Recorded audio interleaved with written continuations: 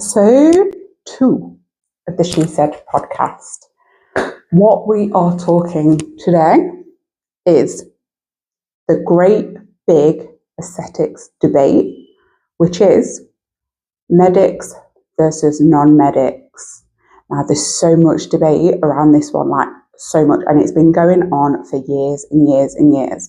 So most of you will know that aesthetics is not a regulated industry. So anybody can actually go into aesthetics. You don't have to be medically trained to do it. So you could be working anywhere, just anywhere. I was going to come up with a suggestion, but just literally anywhere, and decide, never held a needle in your life, and decide one day that you are going to go and do a course in aesthetics.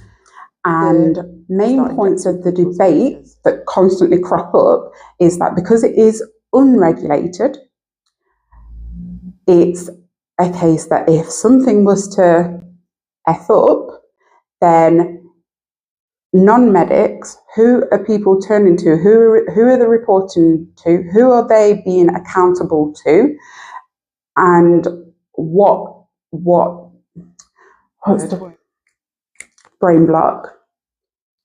What governing body is going to penalise them for messing up and stopping them from doing it in the future? And there's none. There's no governing body, nobody to make sure that these people are accountable for their actions and to penalise them for making these mistakes and working unsafely. Whereas on the flip side, a medic, depending on what medical background they've got, whether it's the nurse, so they're under the guidance and influence of the NMC, the Nursing and Midwifery Council. Dentists, so they have a governing body that ensures that they are working effectively and safely and delivering these safe and effective treatments to clients. And that is the massive difference. That being said, like I say, I know a lot of practitioners that do practice safely, that do make sure that they've got a good network of people around them for support, guidance, and improving their knowledge, constantly going on training days to making sure that everything's all up to date. But it's a case of that you need to, it needs to be regulated. In my opinion, it does need to be regulated. Does that mean that only medics should be able to inject? I don't think so, but I think it also needs to be regulated in terms of why are training academies not giving the appropriate training to people and then leaving them just to go out into society, into the public, and put needles, sharp objects into people's faces and fill it with a foreign substance.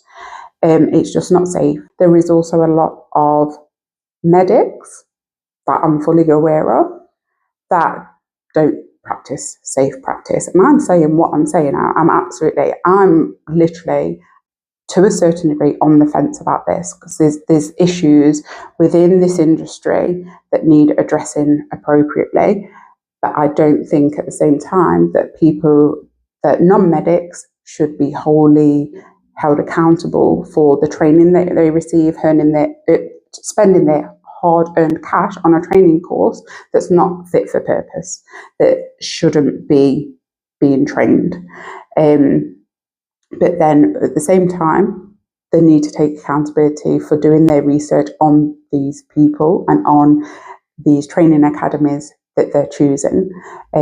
So I personally only used to train medics, and due to the fact that the training available from non-medics to non-medics, I found that there's a massive shortfall of the knowledge and the information that they're being given so that they can practice safely.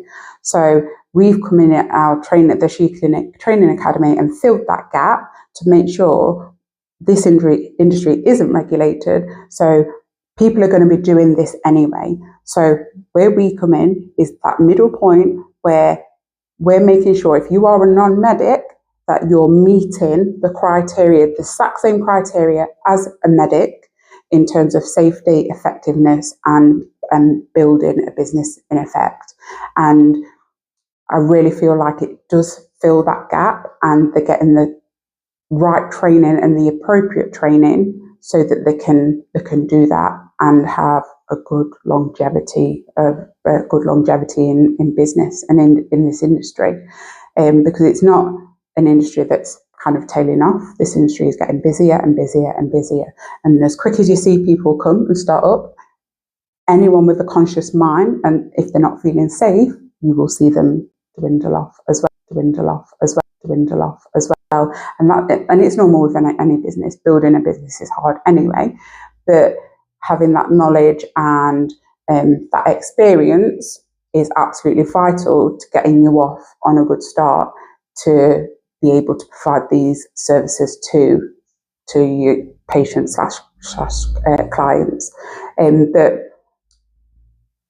summary of my overview of it all is that should medics and non-medics be able to inject? Absolutely. The regulation needs to be in place? Absolutely. The quality of training that people are having and what should be included in this training absolutely needs to be regulated.